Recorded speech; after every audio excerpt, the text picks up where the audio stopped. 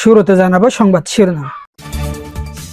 Police সদস্যের সঙ্গে রোহিঙ্গা কিশোরীর প্রেম, অতঃপর উকিয়ে অস্ত্র ও গুলিসহ রোহিঙ্গা গ্রেপ্তার।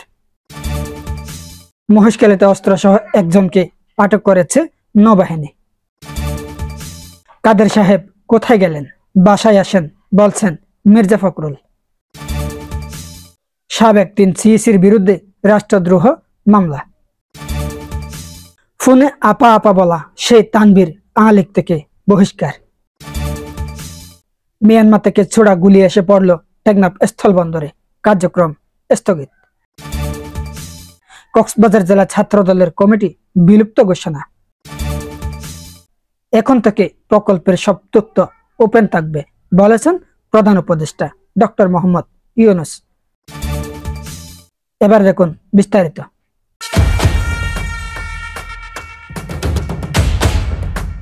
নোয়াখালীতে পুলিশের চোখ ফাঁকি দিয়ে হাসপাতাল থেকে এক রোহিঙ্গা কিশোরী 7 দিন ধরে উধাও হয়েছেন। বৃহস্পতিবার বিকেল 3টার দিকে নোয়াখালী জেনারেল হাসপাতালের রোহিঙ্গা ইউনিট থেকে ওই কিশোরী পালিয়ে যান বলে জানা যায়। স্থানীয়দের দাবি, পুলিশ কনস্টেবল রিয়াজুর রশিদের সঙ্গে পালিয়ে গেছেন ওই কিশোরী। পালিয়ে যাওয়া কিশোরীর নাম খতেজা মুন্নি, বয়স 15। ওই কিশোরী ভাষাঞ্চর রোহিঙ্গা ক্যাম্পের 12 নম্বর ক্লাস্টারের আবুল কালামের মেয়ে। একাধিক সূত্রে জানা যায়, পুলিশ কনস্টেবল রিয়াজুর রশিদ উর্ফে নয়ন, বয়স 27, ভাষাঞ্চর থানায় কর্মরত থাকাকালীন রোহিঙ্গা ক্যাম্পের কিশোরী খতিজার সঙ্গে তার প্রেমের সম্পর্ক গড়ে ওঠে। পরে অনেকদিন ধরে মুঠোফোনে তাদের প্রেমের সম্পর্ক চলে। অভিযোগ রয়েছে, কনস্টেবল নয়ন ভাষাঞ্চরে দায়িত্বে থাকাকালীন নারীদের সঙ্গে অনৈতিক সম্পর্কে জড়িত থাকার পাশাপাশি মদ গাঁজা সেবন করে নেশাগ্রস্ত জীবনযাপনে অভ্যস্ত হয়ে পড়েন। 1 মাস আগে নয়নকে ভাষাঞ্চর থানা থেকে ক্লোজ করে নোয়াখালী পুলিশ লাইনসে সংযুক্ত করা হয়। গত বৃহস্পতিবার থেকে নয়নকে নোয়াখালী পুলিশ লাইনসে রোল কলে পাওয়া যাচ্ছে না। বিষয়টি নোয়াখালী জেলা সিভিল সার্জন অফিসও অবগত আছেন বলে জানান ডাক্তার মাসুম ইফতেখার। তিনি বলেন, রোহিঙ্গা ইউনিট থেকে একজন রোহিঙ্গা কিশোরী পালিয়ে যাওয়ার বিষয়টি হাসপাতাল থেকে আমাকে জানানো হয়েছে।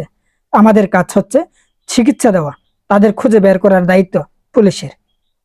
এ বিষয়ে নোয়াখালী পুলিশ সুপার মোহাম্মদ আসাদুজ্জামান বলেন, বিষয়টা আমি শুনেছি, তবে রোহিঙ্গা কিশোরী নিখোঁজের বিষয়টি তার পরিবারের পক্ষ থেকে কেউ কোনো অভিযোগ করেনি। পুলিশ সদস্য অনুপস্থিত আছেন এটাও সত্য। ইনডিসিপ্লিন ও কর্তব্য কাজে উদাসীনতার কারণে তাকে ভাষাঞ্চর থানা থেকে পুলিশ লাইনসে নিয়ে আসা হয়েছে। উখিয়ার বালুখালী রোহিঙ্গা ক্যাম্পে অভিযান চালিয়ে একটি বিদেশি পিস্তল ও 5 রাউন্ড গুলি সহ এক রোহিঙ্গাকে গ্রেপ্তার করেছে এপিবিএন। গ্রেপ্তারকৃত ব্যক্তি উখিয়ার বালুখালী রোহিঙ্গা ক্যাম্পের ডি ব্লকের বাসিন্দা কালামিয়ার ছেলে রোহিঙ্গা সৈয়দ আলম প্রকাশ আবু সাদ। তাকে উখিয়া থানায় হস্তান্তর করা হয়। গোপন সংবাদের ভিত্তিতে বুধবার সকালে মহেশখালী উপজেলার কালারমারছড়া ইউনিয়নের নুনাছড়ি এলাকায় বিশেষ অভিযান পরিচালনা করে নৌবাহিনী। অভিযানে গুলি ভর্তি একটি শর্টগান সহ শাহজাহান নামক এক সন্ত্রাসীকে আটক করা হয়। এ সময় নৌবাহিনীর উপস্থিতি টের পেয়ে আটককৃত সন্ত্রাসী শাহজাহান দৌড়ে পালানোর চেষ্টা করলে নৌবাহিনীর সদস্যগণ তাকে ধরে ফেলেন। পরবর্তীতে তার দেহ তল্লাশি করে একটি শর্টগান ও তাজা গুলি পাওয়া যায়। আটককৃত সন্ত্রাসীকে পরবর্তী আইনানুগ ব্যবস্থা গ্রহণের জন্য মহেশখালী থানায় হস্তান্তর করা হয়েছে। বিএনপির মহাসচিব মির্জা ফখরুল ইসলাম আলমগীর বলেছেন, বিএনপি কখনো সত্যের পথ থেকে সরেনি। তিনি ওবায়দুল কাদেরকে উদ্দেশ্য করে বলেন, আমাকে বিদ্রুপ করে বলেছেন আমরা পালাবো না, আর এখন বলছে ফখরুল আপনার বাসায় জায়গা দিবেন। এখন আমি ওনাকে বলছি বাসায় আসেন। আপনি কোথায় চলে গেছেন দেশবাসী জানে না, পাবলিক জানে না। অনেকে বলে ভারতে গেছেন, কেন ভারতে গেল? দেশ তো আপনার, আপনাকে ভারতে পালাতে হয়েছে কেন? যখন চুরি করেন তখন মনে থাকে না, যখন অত্যাচার করেন তখন মনে থাকে না, তখন মনে করেছিলেন এই ক্ষমতা আপনাদের চিরস্থায়ী।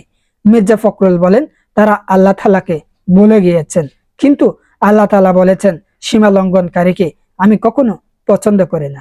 তোমরা টেরও পাবা না কখন আমি কোন দিক থেকে ধ্বংস করে দেব। আমরা চিন্তাই করতে পারি না গত আগস্টের 5 তারিখে সমস্ত মানুষ নেমে আসবে। সেদিন শেখ হাসিনা সহ আওয়ামী লীগের নেতারা পালাতে বাধ্য হয়। চট্টগ্রামে সাবেক 3 প্রধান নির্বাচন কমিশনার সহ 18 জনের বিরুদ্ধে রাষ্ট্রদ্রোহ মামলা হয়েছে। অবৈধ জাতীয় সংসদ নির্বাচন আয়োজন ও অনির্বাচিত ব্যক্তিদের সংসদ সদস্য ঘোষণা করার অভিযোগে বুধবার 18 সেপ্টেম্বর চট্টগ্রাম মেট্রোপলিটন ম্যাজিস্ট্রেট কাজী শরীফুল ইসলাম আদালতে মামলাটি দায়ের করেন চট্টগ্রাম মহানগর বিএনপির সাবেক সাধারণ সম্পাদক, চকবাজার থানাধীন চট্টেশ্বরী রোড এলাকার বাসিন্দা মোহাম্মদ একরামুল করিম। আদালত মামলা গ্রহণ করে চট্টগ্রাম মেট্রোপলিটন পুলিশ কমিশনারকে সহকারী পুলিশ কমিশনার পদমর্যাদার পুলিশ কর্মকর্তাকে দিয়ে ঘটনা তদন্ত করার প্রতিবেদন দেওয়ার আদেশ দিয়েছেন। বাদীর আইনজীবী কফিল উদ্দিন চৌধুরী মামলার সত্যতা নিশ্চিত করে জানান, জনগণের অংশগ্রহণবিহীন ভুয়া জাতীয় সংসদ নির্বাচনের আয়োজন এবং অনির্বাচিত ব্যক্তিদের সংসদ সদস্য ঘোষণা করার অভিযোগে মামলা করা হয়েছে। মামলার আসামি করা হয় 2014, 2018, 2024 সালে অনুষ্ঠিত জাতীয় সংসদ নির্বাচনে দায়িত্ব পালনকারী 3 প্রধান নির্বাচন কমিশনার কাজী রাকিবউদ্দিন আহমদ, KM নুরুল হুদা, কাজী হাবিবুল আওয়াল, নির্বাচন কমিশনার আবু হাফিজ, মোহাম্মদ জাভেদ আলী, মোহাম্মদ আব্দুল মুবারক, মোহাম্মদ শাহনওয়াজ, রফিকুল ইসলাম, কবিতা খানম, শাহাদাত হোসেন চৌধুরী, নির্বাচন কমিশনের সচিব হেলালুদ্দিন আহমেদ, ব্রিগেডিয়ার জেনারেল অবসরপ্রাপ্ত মোহাম্মদ আহসান হাবিব খান, বেগম রাশেদা সুলতানা, মোহাম্মদ আলমগীর, মোহাম্মদ আনিসুর রহমান, জাহাঙ্গীর আলমকে। এছাড়া নির্বাচনের নির্দেশদাতা হিসেবে সাবেক প্রধানমন্ত্রী শেখ হাসিনা ও সাবেক সেতুমন্ত্রী ওবায়দুল কাদেরকে একই মামলায় আসামি করা হয়েছে। সাবেক প্রধানমন্ত্রী শেখ হাসিনার সঙ্গে ফোনে কথা বলার পর অডিও ক্লিপ সামাজিক যোগাযোগ মাধ্যমে ছড়িয়ে দেওয়ার অভিযোগে যুক্তরাষ্ট্রের নিউ ইয়র্ক মহানগর Awami League Jackson Heights unit কমিটির সাধারণ সম্পাদক মোহাম্মদ তানভীর কায়চারকে বহিষ্কার করা হয়েছে। গত 12 সেপ্টেম্বর তিনি সাবেক প্রধানমন্ত্রী শেখ হাসিনার সঙ্গে ফোন আলাপের পর তার সেই অডিও ক্লিপ সামাজিক যোগাযোগ মাধ্যমে ছড়িয়ে দেন। মঙ্গলবার 17 সেপ্টেম্বর নিউ ইয়র্ক মহানগর আওয়ামী লীগ সভাপতি রফিকুর রহমানের একটি লিখিত আদেশে মোহাম্মদ তানভীর কায়চারকে বহিষ্কার করা হয়। তানভীর কায়চার 2019 সালের 4 জুন লস অ্যাঞ্জেলস হয়ে যুক্তরাষ্ট্রে ঢোকেন। তার ভিসাটি ছিল ভ্রমণ ভিসা।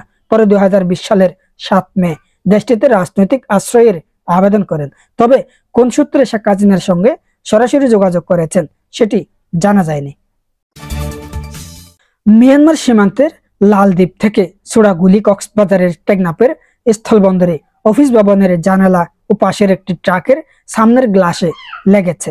বিষয়টি নিশ্চিত করেছেন টেকনাফ উপজেলার নির্বাহী কর্মকর্তা মোহাম্মদ আদনান চৌধুরী। বুধবার 18 সেপ্টেম্বর দুপুরের দিকে এ ঘটনা ঘটেছে। এর আগে মিয়ানমার সীমান্ত থেকে একাধিকবার নাপ নদীতে বাংলাদেশি ট্রলার ও স্পিডবোট লক্ষ্য করে গুলি বর্ষণের ঘটনা ঘটেছিল। তিনি বলেন, দুপুরের দিকে নাপ নদীর মিয়ানমার সীমান্তের লালদ্বীপ এলাকা থেকে 3 রাউন্ড গুলি আসে। এর মধ্যে স্থলবন্দরের অফিসের জানালার গ্লাসে, ট্রাকের সামনের গ্লাসে 2টি লাগে। এতে জানালার গ্লাস ও ট্রাকের সামনের গ্লাস কিছুটা ভেঙে যায়। আরো একটি গুলি বন্দরের ভেতরে পড়েছে। তবে এতে বন্দরের কর্মরত কোনো ব্যক্তি হতাহত হননি। তবে কারা গুলি বর্ষণ করেছে সেটা স্পষ্ট নয় বলে তিনি জানান।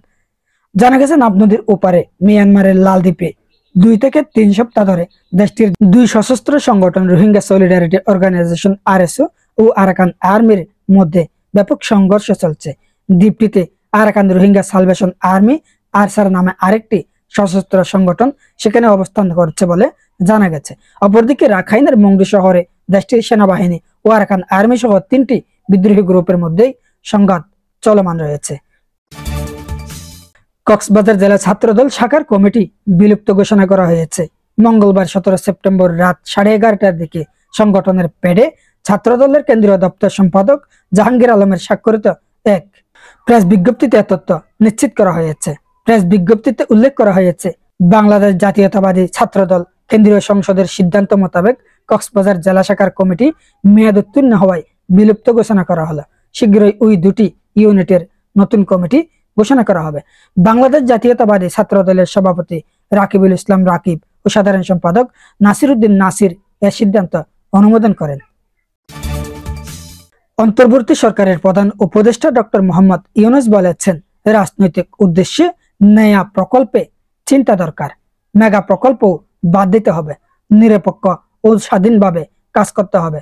প্রকল্প প্রণয়ন ও বাস্তবায়ন নিয়ে কাজ করতে হবে।